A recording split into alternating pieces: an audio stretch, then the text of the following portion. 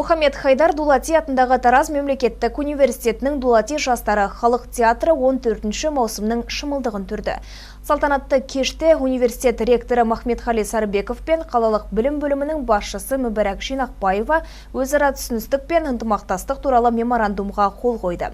Келісімнің негізгі мақсаты балалар мен жасөспірімдердің бос уақытын тиімді пайдалану және тұрақты дамыту, сондай-ақ білімді, мәдениетті тұлғаны қалыптастыруда көмек беру. Жастар театрының кезекті маусым ашары қысылғаннан қыз болдық атты Сәкен Жүнісовтің музыкалық комедиясымен басталды. Аталмыш пьесада университеттің мәдениет және өнер кафедрасының студенттері өнер көрсетті. Қойылымды тамашалауға қала мектептерінің оқушылары мен ұстаздары келді. Екі актілі шығарма елбасының рухани жаңғыру бағдарламасы мен жастар жылы аясында көрсетілді. Негізгі мақсат ауыл мәдениетін көтеру және білімді, дарынды жастарды ауыл өміріне тарту.